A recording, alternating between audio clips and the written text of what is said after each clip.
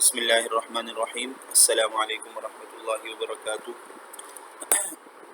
پیارے بچوں، ہمارا اردو کا چیپٹر نمبر 6 چل رہا ہے، جس کا عنوان ہے خون کا بدلہ۔ یہ آپ کو نظر آ رہا ہے، یہ ہمارا چیپٹر ہے۔ کیا عنوان ہے؟ خون کا بدلہ۔ کچھ ہم نے پڑھ لیا ہے، آج ہم وہاں سے شروع کریں گے جہاں سے کل ہم نے چھوڑا تھا۔ یہ آپ کا پیج نمبر 33 ہے، ٹھیک ہے، 33۔ تو آئیے شروع کرتے ہیں، یہاں سے آج ہم پڑھیں گے۔ دن گزرتے گئے مگر سپین گل اپنے وعدے کو نہ بھولی۔ کیا وعدہ تھا؟ اپنے باپ سے وعدہ کیا تھا کہ آپ کے قاتل سے میں ضرور بدلہ لوں گی، ٹھیک ہے۔ تو دن گزر بھی گئے لیکن وعدے کو نہ بھولی۔ وہ اپنے باپ کے خون کا بدلہ لینا چاہتی تھی، لیکن کوشش کے باوجود اپنے باپ کے قاتل کا پتہ نہ چلا سکی، ٹھیک ہے۔ وہ کوشش تو کر رہی تھی کہ مجھے اپنے باپ کے قاتل کا پتہ چلے، لیکن وہ نہ چلا سکی۔ اسے صرف اتنا ہی معلوم تھا کہ اس کے باپ پر کوئی شخص گولی چلا کر پہاڑوں میں غائب ہو گیا، اور لوگ اس کے باپ کو زخمی حالت میں وہاں سے اٹھا لائے۔ اب ظاہر ہے اس نے دیکھا تو نہیں تھا کہ کس نے اس کے باپ پر گولی چلائی ہے، اس کو تو اتنا ہی پتہ تھا کہ باپ جو ہے زخمی حالت میں میرے گھر آیا ہے اور لوگ لے کر آئے ہیں، لہٰذا اس کو قاتل کا پتہ نہیں تھا۔ کسی شخص کو قاتل کے بارے میں کچھ بھی علم نہ تھا۔ سپین گل انتقام کی آگ میں جل رہی تھی۔ انتقام کی آگ یعنی بدلے کی آگ، کہ کسی طرح میں بدلہ لے لوں اپنے باپ کے قاتل سے، لیکن قاتل کا پتہ نہیں چل رہا تھا۔ وقت گزرنے کے ساتھ اس کے جذبات میں کمی کی بجائے شدت پیدا ہوتی گئی۔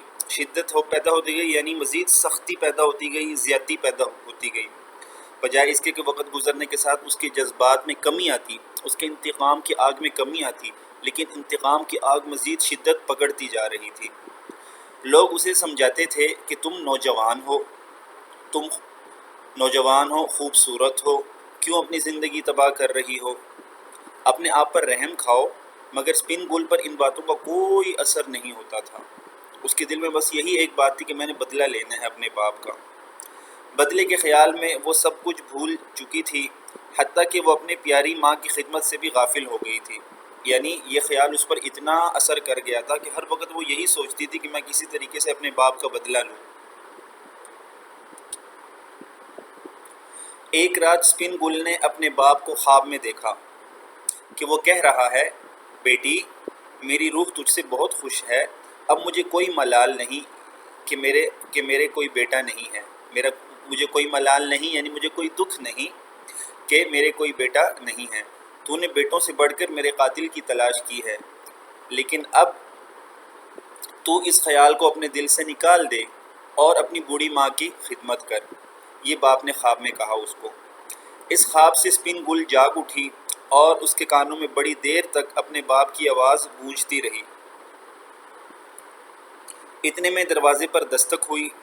تھوڑی دیر کے بعد پھر کسی نے دروازہ کھٹکھٹایا، ٹھیک ہے نا، کھٹکھٹانا دستک دینا دونوں کا ایک ہی مطلب ہوتا ہے۔ اب ماں بھی جاگ پڑی تھی۔ ماں بیٹی دونوں نے اٹھ کے دروازہ کھولا۔ دروازہ کھلتے ہی ایک زخمی نوجوان دھڑام سے اندر آ گرا۔